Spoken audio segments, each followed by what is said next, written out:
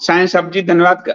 संदीप जी विष्णु सहस्त्रनाम तो अब पूरी स्मरण हो गई, अब किंतु अभी उनके नामों की व्याख्या पढ़ने का समय नहीं मिला, अभी स्मरण हो गई, बड़ी बात है। मंत्र जो दिन सुशील जी ने कहा था, मंत्र साधने से सधते हैं। मंत्र का प्रभाव मैंने साक्षात देखा। मेरे घर में जो मेरा पूजा घर है, बहुत हर विग्रह जागृत है, बहुत जागृत हो चुके हैं। जो 2-3 दिन मैं अभी संकट में रहा, मेरी धर्मपत्नी जो बीमार रही और स्थिति लगा कि अब क्या करें क्या नहीं करें, स्थिति आते जाते जैसी स्थिति की रहेगी नहीं, स्त्री स्थिति, मंत्रों के प्रभाव से। और रात जहां मैं रहता हूं वहां डॉक्टर वॉक्टर कुछ नहीं, रात में मुझे गाड़ी से 1.5 घंटे जाना पड़ेगा। तो मंत्रों के प्रभाव से कैसे हमने उस पूरे संकट को टाल दिया, ये मंत्रों का बहुत प्रभाव है। इसलिए अपने घर में मंत्रों के प्रभाव से आप अगर अपने घर को बांध लेते हैं तो कोई शत्रु आपके पास नहीं आएगा।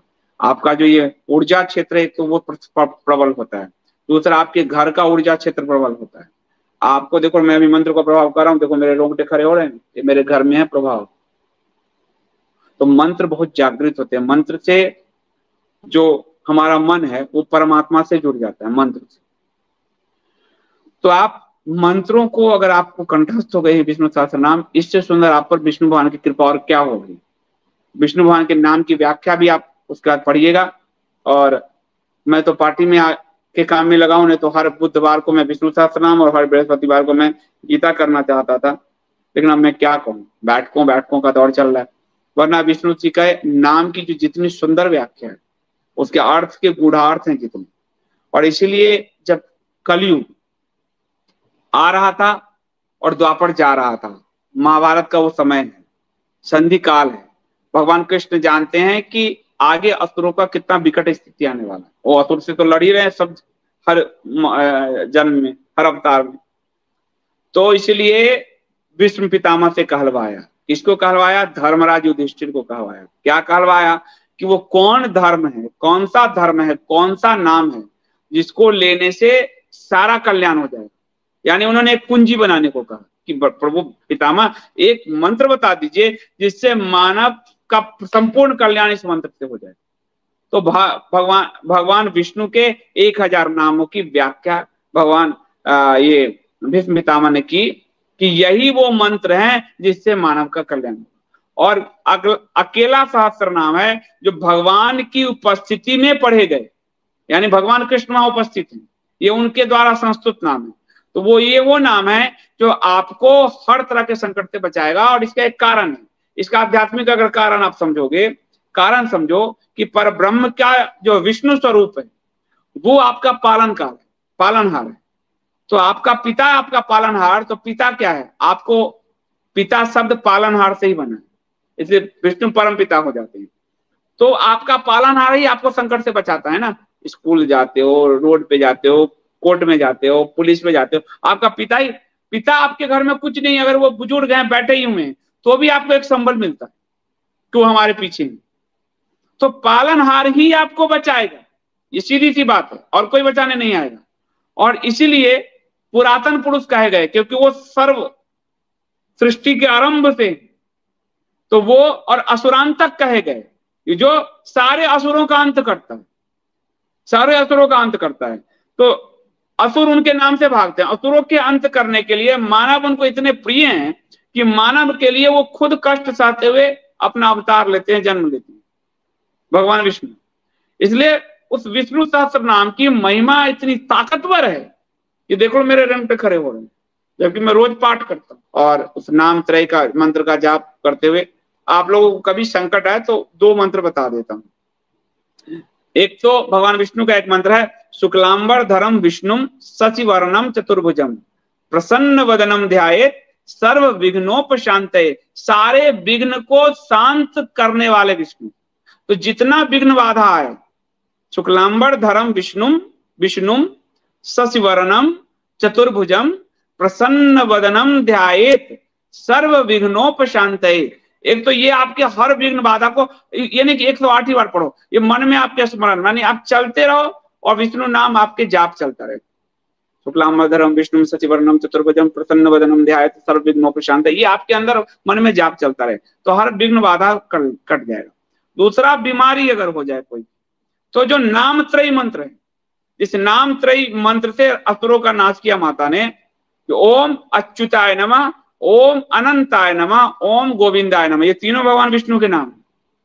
और इसको वेद व्यास जी ने कहा है कि ये औषधि रूपी नाम, और वो कह रहे हैं कि मैं सत्य सत्य सत्य सत्य बादामी, मैं सत्य सत्य कह रहा हूं, इन तीन नामों का जाप करने से कैसी भी बीमारी हो, शारीरिक व्याधि जो वो दूर हो जाती है। तो लेकिन आपको भगवान विष्णु में आस्था श्रद्धा, यानी कि अरे संदीप जी आज पढ़ा कुछ हुआ नहीं, तो अब जब उसको टेस्ट करते रहोगे तो कुछ नहीं होगा।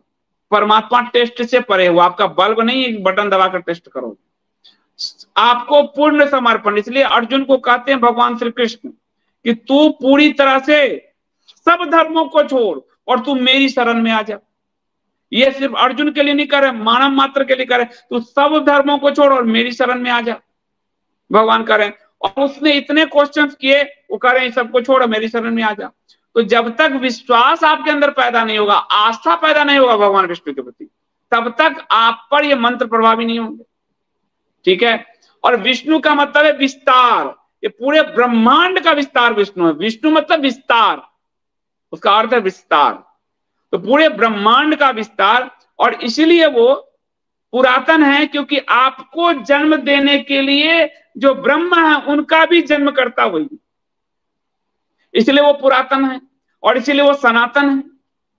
सनातन पुरुष विष्णु को ही कहा गया, सनातन पुरुष विष्णु को ही कहा गया, तो इसीलिए वो सनातन है, इसीलिए वो पुरातन है। आप इस बात को समझो कि आपको मानव मात्र को पूरी सृष्टि के रचना के लिए जिस रचनाकार को उत्पन्न किया वो विष्णु ने किया, इसलिए वो आदि अनादि। इस बात को आप समझिए। और देवताओं के विभेद में मत फंस जाना कि हम नहीं, वो सब एक ही है, वो पर ब्रह्म के रूप हैं, अलग अलग कार्य हैं। इस बात को आप शिव की पूजा करते हो, वो भी वही है, विष्णु भी शिव है, शिव भी विष्णु है। इसलिए मैं आप अनेक मंत्र, महेश्वर भी कहा गया विष्णु को, महेश्वर शिव को भी कहा गया। विष्णुम जिष्णुम महाविष्णुम प्रभ विष्णुम महेश्वरम अनेक रूप दैत्यांतम नमामि पुरुषोत्तमम। तो महेश्वर भी नाम विष्णु का है और महेश्वर नाम शिव का भी। तो देवताओं में विभेद मत करना। विष्णु सिर्फ इसलिए क्योंकि उनका विस्तार है, वो तुम्हारे पालनहार, इसलिए। और मनुष्य उनको अति प्रिय है, देवता उनको अति प्रिय है, इसलिए वो देवताओं और मनुष्य के लिए साम दाम दंड भेद रणनीति भी, छल की रणनीति भी अपनाते हैं। और वो यही सिखाते हैं कि अच्छे कर्म को बचाए रखने के लिए, मनुष्य को बचाए रखने के लिए, देवत्व को बचाए रखने के लिए अगर कुछ कदम कई बार नीति विरुद्ध भी लगे तो जाओ। और विष्णु सहस्त्र नाम में जब फलश्रुति पढ़ोगे तो आया है एक चीज और, कि सबसे बड़ा धर्म है तुम्हारा आचार, यानी तुम्हारा व्यवहार, और तुम्हारे व्यवहार से ही धर्म पैदा होता है। और धर्म जो है वही अच्युत है, जिसका च्युत नहीं होता, जिसका पतन नहीं होता, और जिसका पतन नहीं होता वही विष्णु। तो तुम्हारा जो आचार व्यवहार है, यानी तुम्हारे लक्ष्य किस चीज को लेकर चल रहे हो, वही धर्म की स्थापना करता है। असुरों के आचार व्यवहार ने असुरों के मजहब की स्थापना की, असुरों के रिलीजन की स्थापना की। देवताओं के आचार व्यवहार ने देवता धर्म की स्थापना की, सनातन धर्म को बनाया। तो तुम्हारा जो आचार है वही धर्म है, और वही जो धर्म है वो अच्युत है, और अच्युत यानी सर विष्णु। तो बहुत सुंदर व्याख्या है विष्णु सहस्त्र नाम पे। तो मैं बोलना लगूं तो पता नहीं कई रातें हो जाएं, इतनी सुंदर सुंदर व्याख्या उसमें। तो आपको याद हो गया तो आप पर तो भगवान विष्णु की कृपा है। आप परमात्मा को धन्यवाद दीजिए। अहोभाग्य, ये परमात्मा अहोभाग्य मेरा कि आप मुझ पर बरसे और मुझे ये पूरे 1000 नाम याद हो गए। तो ये बहुत सुंदर बात है।